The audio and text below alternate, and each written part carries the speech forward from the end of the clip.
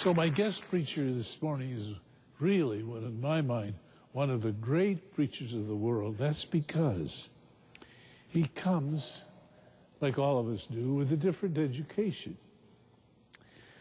Now, he is a theoretical physicist, Dr. Michael Guillen. He was born in East L.A., earned his Bachelor of Science from UCLA and his Ph.D. from Cornell University, earning it in physics, mathematics, and astronomy. For 8 years, he was an award-winning physics instructor at Harvard University. He's a president of Spectacular Science Productions and Philanthropy Media. He's chairman and president of Philanthropy Project. For 14 years, he was the Emmy Award-winning science correspondent for ABC News. You're in for a great message. Please welcome with me, Michael Guillen.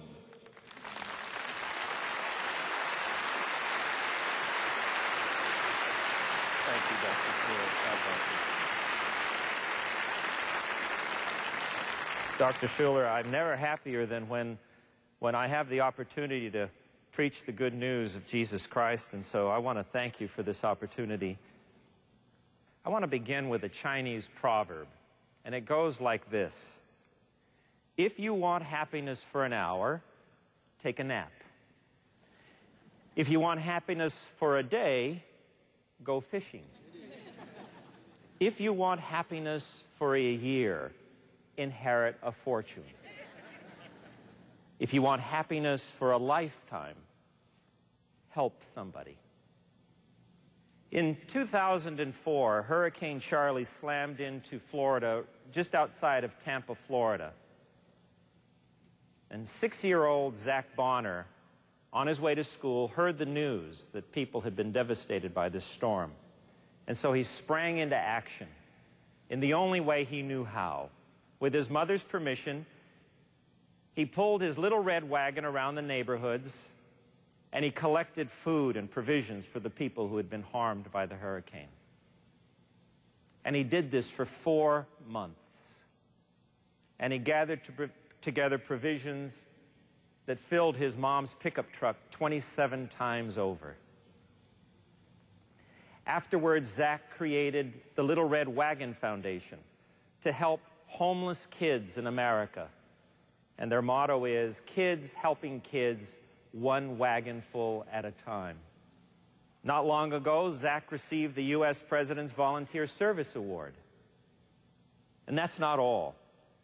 2 years ago, Zach had the idea of a walkathon. A walkathon that would help to raise awareness and funds for America's 1.3 million homeless children.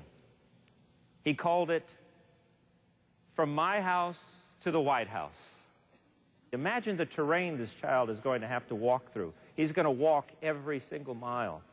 And when he gets there, he hopes to have the chance of conferring with President Obama about foundations, philanthropy, and homelessness. He's quite a kid. He's quite a kid. This morning, I'd like to explore with you what the Bible has to say about philanthropy and how it affects us, especially during these tough economic times. And Dr. Schuller read that so beautifully, and I think it bears repeating.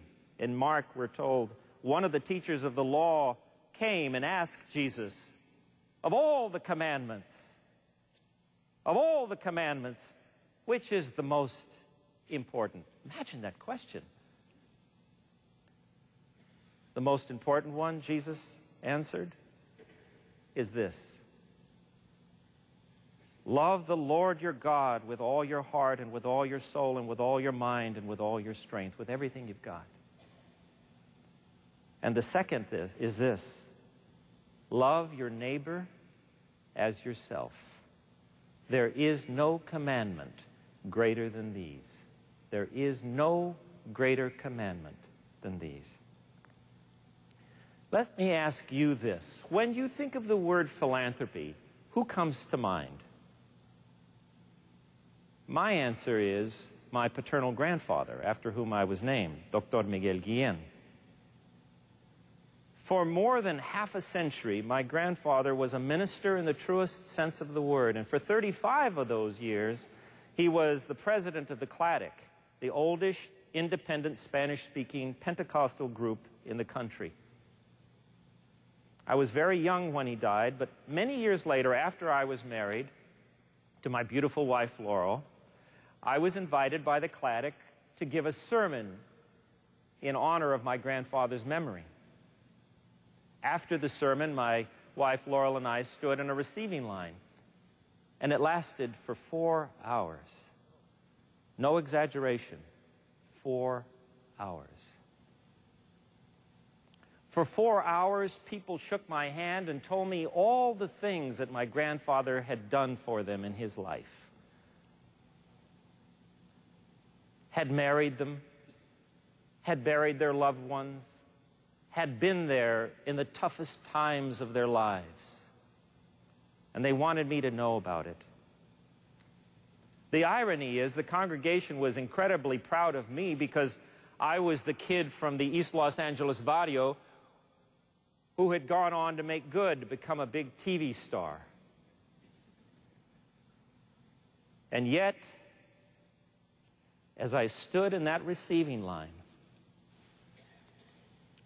as I listened to how thoroughly and faithfully my grandfather had loved God and had served Him by giving his life to others, I kept feeling smaller and smaller and smaller. Have you ever seen the movie Honey, I Shrunk the Kids? That's how I felt. In those 4 fateful hours, something hit me like a lightning bolt. I had spent my life, not on others, but on myself, on doggedly pursuing my dreams, my ambitions, my priorities. Yes, it had gotten me out of the barrio.